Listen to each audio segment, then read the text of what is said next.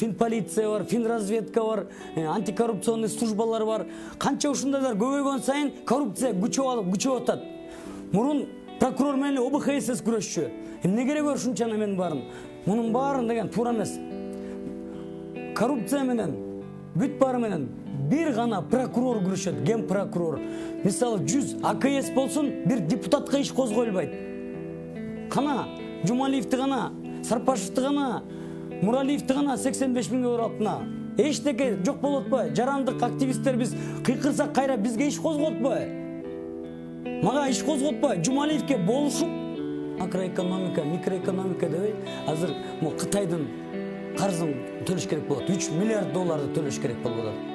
Негизи 5 миллиард доллар төлөш керек болот. 5 миллиард карзды.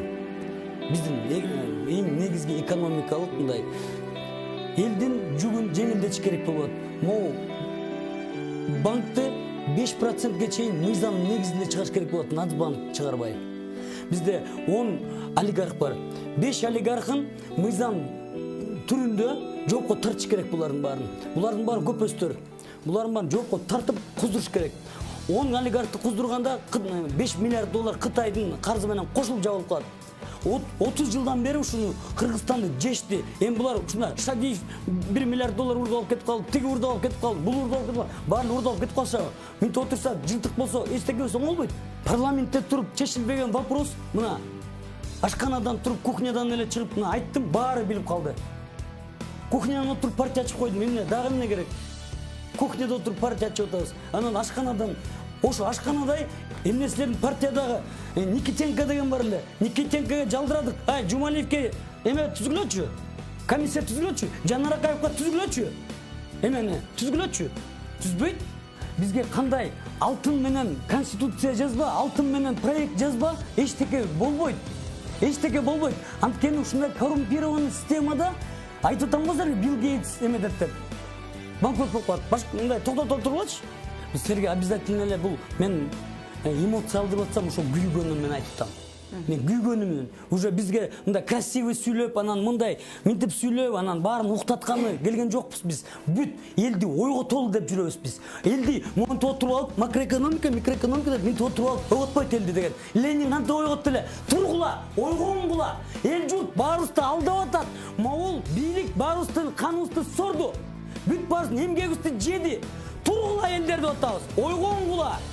Анан эмне мен культурно кантип айтам андан ушу? Ушинткенде ойгонот. Тургула эл журт, бүт баарыңар ойгонгула. Биз деген кул эмеспиз. Биз деген могу 300 көпөстүн кулу эмеспиз. Булар эмне? Бүт баары ак үй, көк үй. Биз эмне? Москвада мосттун астында 4 ай жатабызбы? 30 жылда ушул эски саясатчылар өздөрүн гана ойлоду. 30 жылда 3 президент, 2 президентти куудук, 1 президентти камадык. Элин ойлогон азыр өкмөт жок, элин ойлогон жогорку кеңеш жок. Мына пандемия болду, бүт баары качып кетишти. 300 000 сомдон алып бүт баары качып кетти. Эми кайра ушундай келип отурушат баары. Көрүп атабыз, 30 жылда мына кумтөр турат. Кумтөр эмес, 10 кумтөр болсун. 100 эле киши байып алат. 10 кумтөр болсун. Бизди деген кул кылып салышты 30 жылда. Biz misалы куздурабыз деп биз айтканбыз биринчи. Биз кухнядан чыгып биз айтканбыз. Ушул чоң казат деген это война, великая война против коррупции. Это великий поход, это великий подвиг будет, это великое счастье будет.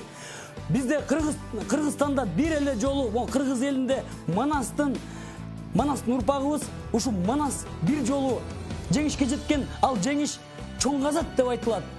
Чоң казатка аттаныңыз.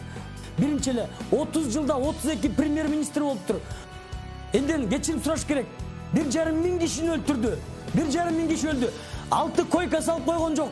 640 000 доллар келди, миллион, 640 миллион доллар. 6 койка салган жок. Бул бийликтен, бул элин жакшы көрбөгөн бийлик. Элин жакшы көргөн бийлик келишип бизди шайлагыла, достор. Чын жүрөктөн айтып атам. Биз силер үчүн до конца турабыз. Жерин сатам дегенден желкесин үзүп салабыз. Элин сатам дегенден эсин алып салабыз. Тоону сатам дегенде ташка басып салабыз. Мөңгү сатам дегенде мойнун жулуп салабыз.